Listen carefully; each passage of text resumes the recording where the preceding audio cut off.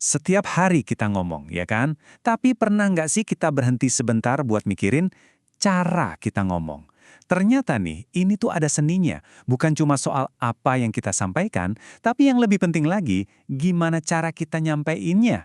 Dan kalau kita bisa kuasai seni ini, wah dampaknya bisa luar biasa.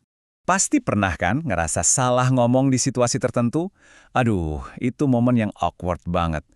Misalnya pas lagi rapat penting, kita malah ngomongnya keceplosan santai banget. Atau sebaliknya, lagi nongkrong sama temen, tapi gaya bicara kita kaku kayak lagi pidato. Nah, perasaan kayak salah kostum tapi versi omongan ini, itu sebenarnya sinyal penting loh.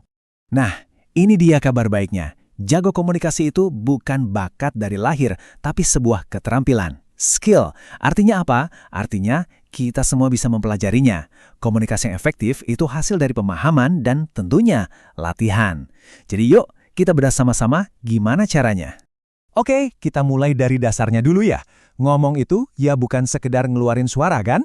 Tujuan utamanya, goal besarnya adalah menciptakan pemahaman bersama. Jadi apa yang ada di kepala kita bisa nyampe dengan pas di kepala orang lain. Itu targetnya. Pertanyaannya sekarang, gimana caranya biar kita selalu tepat sasaran? Nah, kuncinya tuh ada di sini. Kita harus bisa baca situasi dan menyesuaikan gaya bicara kita. Ada 5 gaya utama yang perlu kita kenali, dan masing-masing punya panggung dan perannya sendiri-sendiri. Coba kita lihat 2 kutub yang paling umum ya. Di satu sisi ada gaya formal. Ini yang terstruktur, bahasanya baku dan biasanya butuh persiapan. Bayangin aja pidato atau presentasi di depan klien penting. Nah, di sisi lain ada gaya informal. Ini yang kita pakai sehari-hari, santai, spontan, kadang pakai bahasa gaul pas lagi ngobrol sama teman. Dua-duanya sama-sama penting, kuncinya cuma satu, tahu kapan harus pakai yang mana. Oke, di tengah-tengah antara formal dan informal, ada yang namanya gaya konsultatif. Ini tuh zona profesional tapi interaktif. Gampangnya, bayangin pas kamu lagi ngobrol sama dokter atau konsultasi sama dosen pembimbing. Ada tujuan yang jelas kan? Biasanya buat mecahin masalah atau cari solusi. Dan yang penting, ada dialog 2 arah. Nah, kalau gaya intim ini wilayah eksklusif kita. Cuma buat orang-orang terdekat. Coba deh ingat-ingat gimana kamu ngobrol sama sahabat atau keluarga. Pasti banyak singkatan. Kalimatnya kadang nggak selesai tapi udah sama-sama ngerti. Banyak bahasa isyarat atau kode-kodean yang cuma kalian yang paham. Di sini, efisiensi dan kedekatan emosional jadi yang utama.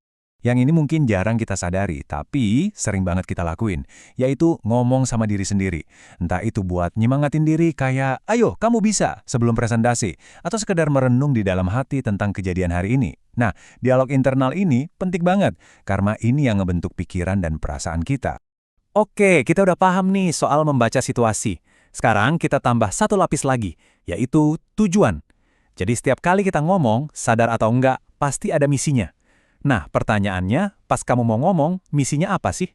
Jadi, misi kita ngomong itu pada dasarnya bisa kita kelompokin jadi 5 nih. Pertama, apa kita lagi mau ngasih info, itu namanya informatif. Atau, mau meyakinkan orang lain, itu persuasif. Bisa juga kita lagi mau ngasih pendapat plus alasan kuat, nah itu argumentatif. Atau mungkin cuma mau ngasih petunjuk, itu instruksional. Dan terakhir, ya buat seru-seruan aja, menghibur, itu rekreatif. Sadar kita lagi di mode mana, itu bakal nentuin semua strategi bicara kita. Oke, sekarang bagian serunya. Mari kita gabungin semuanya. Gimana sih gaya situasional dan tujuan ini bekerja barengan di dunia nyata? Nah, disinilah sihir komunikasinya terjadi. Jadi intinya tuh di sini teman-teman, komunikator yang hebat itu bisa secara sadar milih gaya yang pas buat situasi yang pas untuk mencapai tujuan yang jelas. Ini benar-benar gabungan antara analisis, mikir dulu, dan eksekusi, baru ngomong. Yuk kita lihat contoh konkret di lingkungan kampus. Lihat deh gimana kombinasinya berubah-ubah. Pas bimbingan skripsi antara dosen dan mahasiswa, gayanya konsultatif karena tujuannya memberi instruksi. Beda lagi pas presentasi di kelas. Tujuannya kan ngasih info, jadi gayanya lebih formal dan informatif. Nah, pas sidang proposal, ini lebih tegang nih. Tujuannya meyakinkan, jadi gayanya harus formal sekaligus argumentatif. Keren kan? Setiap skenario butuh senjata yang beda. Terakhir nih, setelah kita tahu mau pakai gaya apa dan tujuannya apa, kita butuh perkakasnya buat ngejalanin itu semua dengan mulus. Anggap aja ini toolkit komunikasi kita, yang bikin pesan kita jadi lebih tajam dan profesional. Di dalam toolkit ini ada 6 komponen penting. Pertama, artikulasi, biar tiap kata kedengeran jelas. Kedua, intonasi, ini yang ngasih rasa dan emosi di omongan kita. Ketiga, volume. Ya, biar kedengeran, nggak kekecilan atau teriak-teriak. Keempat, kecepatan. Jangan ngebut-ngebut, nanti orang pusing. Kelima, pilihan kata yang pas sama situasinya. Dan yang terakhir, jangan lupa bahasa tubuh kita juga harus mendukung pesan. Kalau 6 ini dikuasai, wah, gaya bicara apapun bakal jadi lebih mantap. Jadi, pada akhirnya, semuanya balik lagi ke tujuan awal kita tadi, menciptakan pemahaman bersama. Dan kunci buat ngebuka pintu pemahaman itu, ya kemampuan kita buat milih dan pakai gaya bicara yang paling pas di setiap momen. Nah, sekarang pertanyaan buat kamu. Nanti pas kamu ngobrol lagi, entah itu sama temen, dosen, atau bahkan sama diri sendiri, coba deh pikirin, gaya bicara apa yang bakal kamu pakai secara sadar buat mencapai tujuanmu? Coba dipraktekkan ya. Terima kasih sudah menyimak.